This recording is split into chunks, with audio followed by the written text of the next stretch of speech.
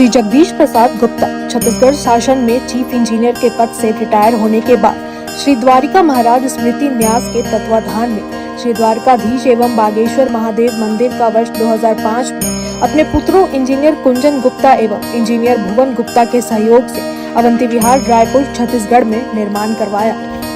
श्रीमद् भागवत कथा, राम कथा, गीता तत्व, वेदांत आदि के तात्पर्य को व्यासपीठ से कहने के कारण संतों द्वारा इन्हें आचार्य श्री जगदीश भी कहा जाता है।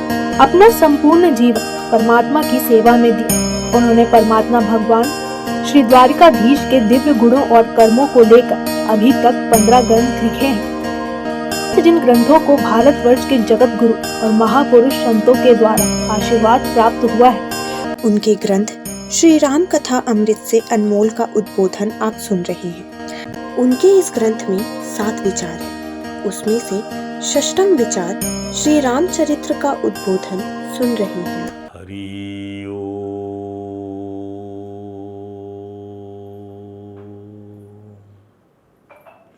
योगाय योगपतये योगेश्वराय गोविंदाय नमो नमः। विश्वाय विश्वपतये विश्वेश्वराय गोविंदाय नमो नमः। सर्वाय सर्वपतये सर्वसंभवाय गोविंदाय नमो नमः। सच्चिदानंदरूपाय विश्वोत्पत्त्यादिहेतवे तापत्रय विनाशाय श्रीकृष्णाय वयं नुमः। ओम रामाय रामचंद्राय रामभद्राय वेदसे रघुनाथाय नाथाय सीताया पतये नमः। रामं रामानुजं सीतां भरतं भरतानुजं सुग्रीवं वायुसूनं प्रणमामि मुहुः।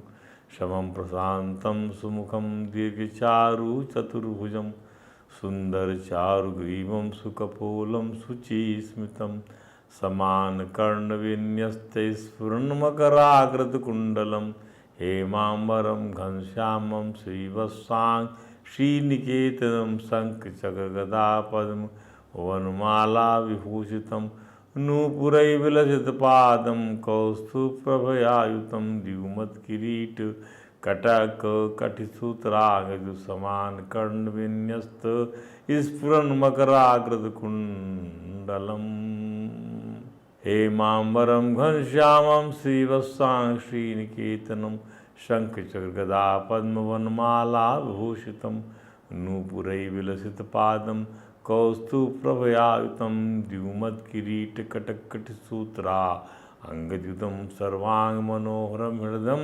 कृपाप्रसादेक्षणं सुकुमारम् अभिध्याय सर्वांगेषु मनोदधत्।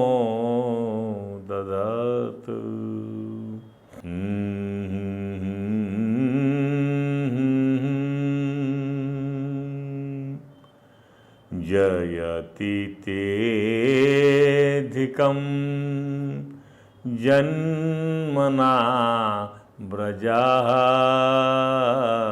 श्रयत इंदिरा शश्वदत्रिः दायितदृश्यतां दीक्षुतावका त्वयि धृता सवं त्वां विचिन्वते रूपं यद्तत् प्राहुर्व्यक्तमाद्यं ब्रह्मज्योति निर्गुणं निर्विकारं सत्तामात्रं निर्विशेषं निरीहं सत्वं साक्षात् विष्णु आध्यात्मदीपः नष्टे लोके द्विपरार्धावसाने महाभूतेषु आदिभूतं गतेषु व्यक्ति अव्यक्तं कालवेगेन याते भवानेकः शिष्यते शेष संज्ञ शेष नारायण नारायण नारायण। बद्री नारायण नारायण नारायण। ओ जगन नारायण नारायण नारायण। राम नारायण नारायण नारायण। द्वारका नारायण नारायण नारायण। लक्ष्मी नारायण नारायण नारायण। कृष्ण नारायण ओ राधा नारायण। ओ रघुवर नारायण ओ सीता नारायण। ओ शंकर नारायण ओ उमा नारायण नारायण नारायण। सूर्य नारायण ओ संध्या नारायण ओ रोहिणी नारायण ओ चंद्र नारायण। पृथ्वी नारायण ओ विष्णु नारायण नारायण नारायण। अक्ष नारायण ओ ग्रह नारायण ओ देव नारायण ओ ऋषि नारायण ओ मुनि नारायण नारायण नारायण। गंगा नारायण ओ यमुना नारायण ओ विद्या नारायण ओ रेवा नारायण ओ गोदा नारायण ओ कृष्ण नारायण नारायण नारायण। भगवान नारायण नारायण नारायण। सनत नारायण ओ नारद नारायण ओ व्यास नारायण ओ शुक नारायण चैतन्य नारायण नारायण नारायण। भजमन नारायण नारायण नारायण। ओ योग नारायण ओ जप नारायण ओ तप नारायण ओ मख नारायण ओ ध्यान नारायण ओ ज्ञान नारायण नारायण नारायण।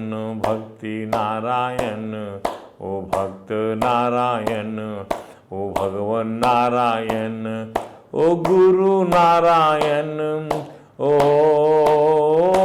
पितृ नारायण ओ माते नारायण नारायण नारायण। वेद नारायण ओ गीता नारायण ओ मानस नारायण ओ भारत नारायण ओ भागवत नारायण नारायण नारायण। रात नारायण ओ दिन नारायण ओ पक्ष नारायण ओ मास नारायण ओ वर्ष नारायण नारायण नारायण। भगवान नारायण नारायण नारायण। हरे राम राम राम हरे हरे। हरे कृष्ण कृष्ण कृष्ण हरे हरे। बोलिए परात्पर परम त्रिलोकीनाथ भक्तवांछा कल्पतरु भक्तवत्सल कृपण वत्सल शरणागत वत्सल भगवान श्री द्वारकाधीश महाराज की जय। भगवान श्री बांकी बिहारी लाल की जय। भगवान श्री रास बिहारी लाल की जय। भगवान श्री राधा दामोदर नाथ की जय। भगवान श्री राधा गिर सरकार की जय। श्री सद्गुरु भगवान की जय। समस्त गुरु भगवान की जय। श्री चैतन्य महाप्रभु जी महाराज की जय। देवर्षि नारद जी महाराज की जय। भगवान श्री व्यास जी महाराज की जय। परम भागवत भगवान श्री सुखदेव जी महाराज की जय। जय श्री राधे, जय जय श्री श्याम। आइए श्री राम कथा अमृत से अनमोल इस षष्ठम विचार श्री रामचरित पर हम लोग बातचीत कर रहे हैं। भगवान पुष्प वाटिका में विचरण कर रहे हैं और जहाँ पर किशोरी जी के साथ उनकी जो आँखें चार हुईं तो दोनों को ही आद्या शक्ति को और भगवान रघुवर को जो है साकेत धाम की अपनी जो है वह वचनावली स्मरण हो आई। श्री राम के दर्शन के लिए व्याकुल हो उठे नयन प्रिया जी के, साकेत धाम के संकल्प का स्मरण हो आया। तो दिव्य श्री सीताराम वचनामृत की साकेत धाम में जो पृष्ठभूमि के अंतर्गत जो रघुनाथ जी और किशोरी जी में जो प्रेम संपूर्ण भाव भंगिमा का जो दर्शन हम लोगों ने किया है, उसी सिलसिले में क्या किशोरी जी जब निहाल हो गए दर्शन पा, उनको याद आ गया मानस के बालकांड में कि तासु बचन अति सियाही सुहाने दरस लागे लोचन कुलाने। चली अग्र कर प्रिय सखी सोई प्रीति पुरातन लखाई न कोई। प्रीति पुरातन पर हम जोड़ दे रहे हैं कि ये जो है भगवान का और प्रिया जी का जो है आद्या शक्ति का और परम पुरुष का जो संयोग है साकेत उनके निज धाम से, वहाँ पर उनकी जो प्रीति जब अवतार करने आते हैं दोनों के दोनों, तो उनको याद आता है कैसी कैसी लोग बातें करते हैं। किशोरी जी के सनातन पुरातन अद्वैत से द्वैत बनी इस प्रीति को कोई समझ नहीं पाया। यही प्रीति का अनुपमेय प्रभाव है जिसकी उपमा नहीं दी जा सकती। हृदय को हृदय समझता है। श्री राघवेंद्र की प्रेम दशा अद्भुत है। वे तो किशोरी जी के पायल के नूपुर करधनी और कंगन की खनखनाहट से अभिभूत हुए बिना नहीं रह सके। उनको लगा कि ये जो वही स्वर है, वही गूंज है जो उनको उनके निज निवास पर सुनाई पड़ती थी। पुष्प वाटिका में तो भगवान लीला करते पधारे हैं, लेकिन उनके निज घर में साकेत धाम भगवान का नित्य लीला धाम, स्वब्रह्मणी धामनी स्वधामनी ब्रह्मणी रंसते। इस भगवान शुक ने कहा है अपने धाम में भगवान लीला करते हैं। तो वो भगवान की वो अपनी लीला, आप भी अपने घर की चीज़ों को कहीं जब बाहर जाते हैं तो रिकलेक्ट नहीं करते।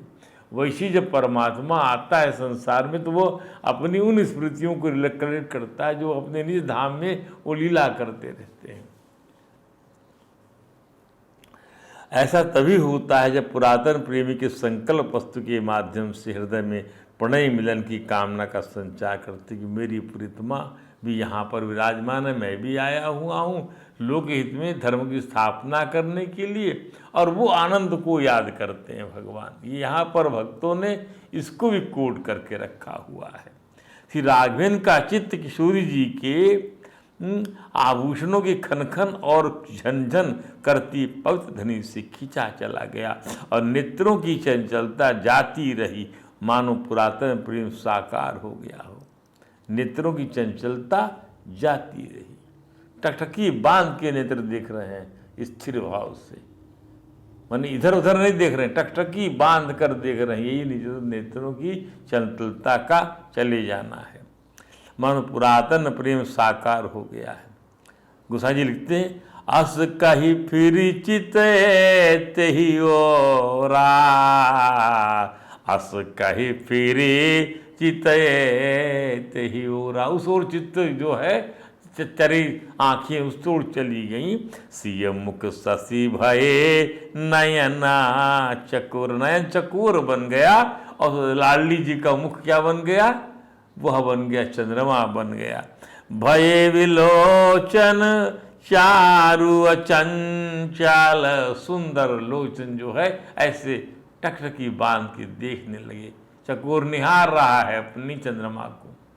मनहु सकुच निजे निमित्त जे दिगंचल, मनहु सकुच निमि तजे दिगंचल। राघवेंद्र ने अपनी मनोदशा को श्री लक्ष्मण के सामने उजागर कर दिया। बोले बिन रहा नहीं गया, कहाँ तक छुपाया जाए, छलक गया प्रेम। जा सुबिलो की अलौकिक शोभा,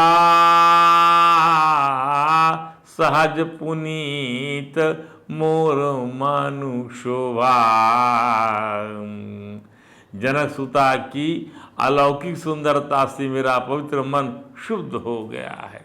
सो सब कारण जान विधाता, फर कहीं सुभद अंग सुन। हे भाई, मेरे सारे अंग फड़क रहे हैं। राघवेंद्र ने हृदय की प्रेम वेदना को विधाता पर आरोपित कर किशोरी जी की उस पुरातन प्रीति के लक्षण को भक्तों के मंगल विधान के लिए प्रकट कर दिया। आप देखिए इस चीज को कि जब भगवान अवतरण लेते हैं तो इसलिए लेते हैं कि आप जो जीव के साथ घटित होता है वही परमात्मा के साथ घटित, फिर परमात्मा अपने ऐश्वर्य को छिपा लेता है, अपनी माधुर लीला परोसता है। अंग अंग फड़क रहे हैं उनके। अभी तो किशोरी जी के आभूषणों की आवाज से उन्हें लता की ओट से टकटकी बांधकर देख रहे थे। लता की ओट से टकटकी आभूषणों की आवाज आ रही, टकटकी बांध के उसी ओर देख रही, तो वही आवाज है जो साकेत धाम में मेरी जो है प्रिया मेरे को सुनाया कर। मेरी प्रिया के चरणों की जो है रुंझुन है। परंतु किशोरी जी नहीं देख पाई थी, वे यहाँ वहाँ चितो रही थी, कहाँ है रघुनाथ जी, कहीं दिख जाएं, दर्शन दिए बिना चले न जाएं। इसी को यहाँ पुष्प वाटिका में उतारा है किसने, गोस्वामी जी ने। किशोरी जी के नेत्रों में यही भाव उतर आया था जैसे किसी आहट से हिरणी के छोटे बच्चे की आंखें आहट को ताड़ने के प्रयत्न में स्थिर नहीं रह पाती, इधर उधर ताड़ता रहता है हिरण का बच्चा कि कोई शिकारी शिकार करने तो नहीं आ रहा है। तभी सखियों ने किशोरी जी को श्री राघवेंद्र के दर्शन करा दिए। प्रेम में एकांत मिलन के अतिरिक्त सखाओं सखियों का सहयोग श्रृंगार रस के प्रवाह को निर्बाध बनाने के लिए आवश्यक होता। सहेली, साथी, फ्रेंड्स बहुत जरूरी होता है। श्री राघवेंद्र के रूप से किशोरी जी के नयन उनकी रूप माधुरी का बार बार पान करने के लोग का स्मरण नहीं कर पा रहे थे, क्योंकि यह रूप माधुरी साकेत धाम की उनकी निज निवास की उनकी पुरातन निधि थी। आज वह साकेत धाम का संकल्प धरा पर मूर्त रूप लेकर आंखों के सामने खड़ा था। किशोरी जी की इस परम नेत्र लाभ पर गोस्वामी जी ने लिखा है क्या, थके नयन रघुपति छवि देखे, पलक नयन परिहरी निमेषी, अधिक स्नेह दे भय भोरी, शरद शशि जनु चितव चकोरी। अब सीता जी के द्वारा ठाकुर जी के सौंदर्य को निहारा जा रहा है, उसका वर्णन करते हैं गोस्वामी जी कि थके नयन रघुपति छवि देखे। नयन जो है थक गए, थकना ही है नयन को, माने नयन के अंदर जितनी सामर्थ्य है उसकी सामर्थ्य कहीं बाहर की समर्थता सा सौंदर्य है। एक नयन तो नयन जो है तो उसकी समर्थता बड़ी सीमित थी, उतने में थक गया वो। इतना सुंदर है ठाकुर जी का मुखारबिंद, और जो है पलकों का गिरना बंद हो गया। किशोरी जी के नेत्र स्थिर हो गए जैसे ठाकुर जी के हो गए थे। प्रेम के आधिक्य से किशोरी जी का मृदु कलेवर शिथिल पड़ गया, मानो शरद के चंद्रमा को देखकर चकोरी बेसुध हो जाती है। अभी तक रघुनाथ जी और श्री जानकी जी ओट से परस्पर निहार कर अपना हृदय हार बैठे थे।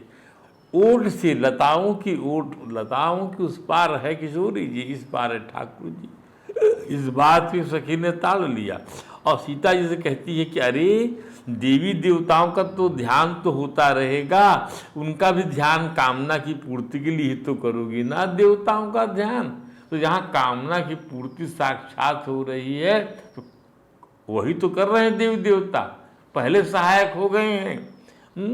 अरे जब सामने तुम्हारी कामना खड़ी है साकार होकर, तब काल्पनिक ध्यान का क्या औचित्य है। जिसके लिए आप पूजा करने जा रही हो वो प्रीतम तो सामने मौजूद है, तो कामना की पूर्ति तो वैसी कर दिया देवताओं ने।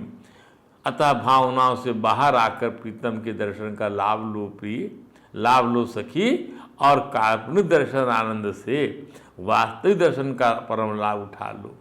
और वह सयानी से कहती है था, क्या कहती है, वो सब ये लिखते हैं, धरि धीरज एक आली सयानी, एक आली माने एक सखी, आली माने सखी, एक सयानी सखी कहती है धीरज धरो, सीता सन बोली गही, हाथ ले लिया लाडली जी का और ऐसा क्या बोलती, बहुरी गौरी कर ध्यान करे हो, भूप किशोर देखी किन लेहू। क्यों नहीं देख लेती हो, राजकुमार को देख लो ना, बहुरी गौरी कर ध्यान करे हो, बाद में ध्यान कर लेना गौरी का, राजकुमार को देख लो ना जिसके गौरी के ध्यान से यही ना मना रही हो। और सहसा पिता की प्रतिज्ञा का स्मरण कर दुखी भी हो जाती हैं सीता जी। आंखें खोलकर राघवेंद्र को देखा, देखते ही रह गई। यही किशोरी जी का लीला भाव है और किसी भी कुंवारी कन्या की मर्यादा का मान रखने वाला होता है, क्योंकि कन्या विवाह के पूर्व पिता के ही अधीन मानी गई है। किशोरी जी यदि यह याद रख पाती कि राघवेंद्र तो त्रिभुवन पति हैं, तब ऐसी लीला संभव ही न हो पाती।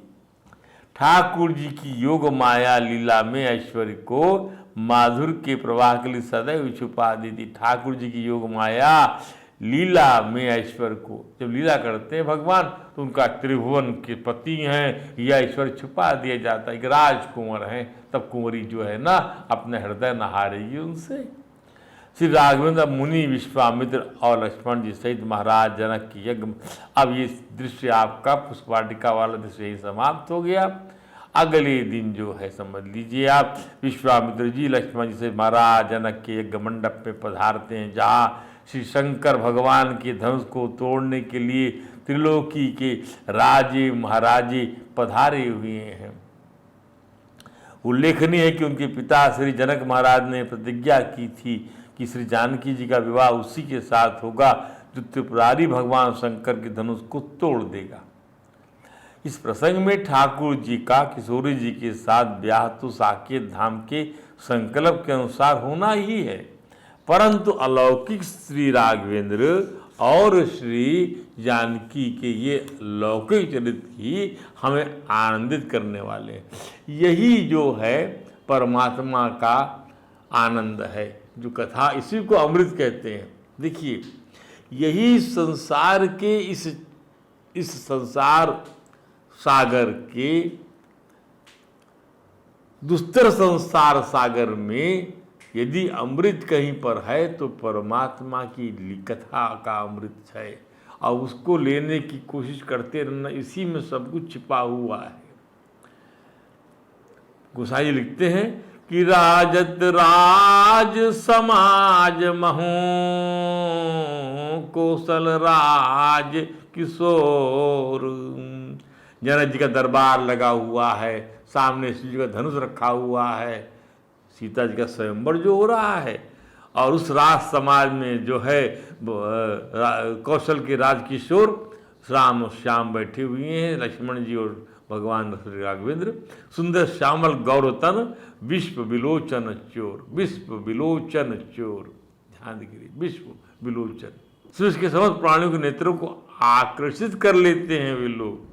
हर प्राणी के नेत्र को लगता है कि महाराज दशरथ के इन दोनों पुत्रों के सौंदर्य कोश को क्यों न चुरा लिया जाए, विश्व विलोचन चोर। दूसरे शब्दों, किसी भी प्राणी की आंख में इन दो कुंवरों की मनोहारी शोभा के अतिरिक्त कुछ और ठहर ही नहीं पाता है। अब भगवान पहने क्या हुए, पीत चौतनी सिरानी सुहाए। 4 प्रकार की कोने निकली हुई हैं। ये देखिए टोपी जो है ऐसे कोना और इधर कोना, चौतनी टोपी कहते हैं इसको। आपने 2 कोनी टोपी देखी होगी, इधर कोना इधर कोना। ये 4 कोने वाली टोपी है जो भगवान पहने हुए। पीत चौतनी सिरानी सुहाई, कुसुम कली बीच बीच बनाई। कुसुम कली बनी बीच में। रेखे रुचिर कंबु कल ग्रीवा, शंख का निशंक शरीर की ग्रीवा बनी हुई। जनु त्रिभुवन सुषमा की सीमा, त्रिलोक की सौंदर्य का दर्शन करा रही हैं कि बस इससे अधिक सुंदर कुछ नहीं हो सकता। भगवान में ऐश्वर्य शक्ति, माधुरी शक्ति और केंद्रित एक सौंदर्य शक्ति भी होती है, जिससे हर प्राणी उनकी ओर आकृष्ट हो जाता है। भगवान श्री कृष्ण के सौंदर्य को भी निहार कर मथुरापुर की स्त्रियां कहती क्या, ये तो कहती हैं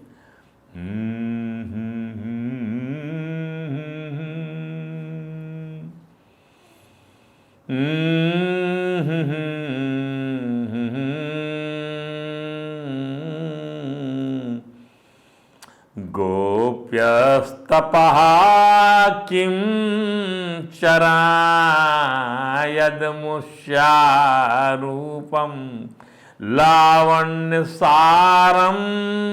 समोर्धमनन्यसिद्धं दीर्घभिपिबन्त्यानुसवा भीनवं दुरापैकान्तधाम यशसः श्रियाश्वरस्य।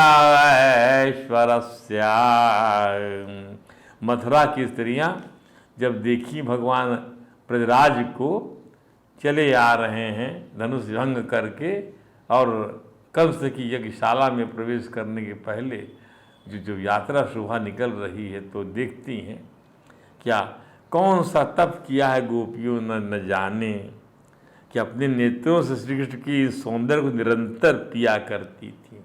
हम तो आज ही देख के हमें क्यों नहीं मिला ये सुख कि निरंतर पी सकती हम। क्या बात, गोप्यः तपः किंचन, क्या तप किया है। ये दमुष्य रूपम लावण्य सारम, लावण्य का सार है। श्री कृष्ण का ऐसा सौंदर्य है कि सृष्टि में उनकी सौंदर्य की समानता कोई नहीं कर सकता। असम ऊर्ध्वम, असम समानता कोई नहीं कर सकता। ऊर्ध्वम अनन्य सिद्धम, उसका सौंदर्य संपूर्ण सौंदर्य का सार जो है, उनके रूप को सजाने संवारने की अथवा गहने कपड़ों से सजाए जाने की न तो आवश्यकता है न ही अपेक्षा है। उनके सौंदर्य से कपड़ा सुंदर लगता है, उनके सौंदर्य से गहना सुंदर लगता है। जबकि ऑन द कॉन्ट्री जीव क्या है, गहने से सुंदर लगता है, कपड़े सुंदर लगता है, लेकिन भगवान से कपड़ा सुंदर लगता है। ध्यान दीजिए, कपड़ा ही तो शरीर है और भगवान आत्मा है, आत्मा से ही शरीर की शोभा है। उनका यह सौंदर्य तो स्वयं सिद्ध है। दूसरे शब्दों में उनके इस रूप सौंदर्य को किसी अन्य कृत्रिम साधन पर साधन की आवश्यकता नहीं होती कि नहीं अब और कुछ चमकाया जाए और कुछ रूप नहीं। जितना श्रृंगार जो चाहिए होता है, गोया श्रृंगार जो है, श्रृंगार का जो सामान है उनके मुखारविंद से बनता है। उनके मुखारविंद से श्रृंगार का सामान, लाली बनेगी उनके मुखारविंद से, जो है अंजन बनेगा उनके नेत्रों की सुरमाई से। ध्यान दीजिए, उनके ओंठों की लाली से जो है लालिमा वाली वस्तुएं बनेगी श्रृंगार में। उनके बालों का जो है काला रंग, उससे जो है अलकावली के श्रृंगार बनेंगे। ध्यान दीजिए, वो अनन्य सिद्ध है। इस रूप को देखने की से देखते तृप्ति भी नहीं होती, यह नित्य नवीन बना रहता है। दृग भी पिबंती, दिग्गों के द्वारा पीती थी गोपांगनाएं अनुसवाभिनवम, हमेशा नया लगता है। दुरापम एकांत धाम, समग्र यश सौंदर्य ऐश्वर्य सभी श्री कृष्ण के अद्वितीय रूप के आश्रित हैं। इनके रूप के आश्रित, अद्वितीय रूप के आश्रित है। क्या? समग्र यश आश्रित है, समग्र सौंदर्य आश्रित है, समग्र ऐश्वर्य आश्रित है। इस रूप के दर्शन बहुत ही दुर्लभ हैं।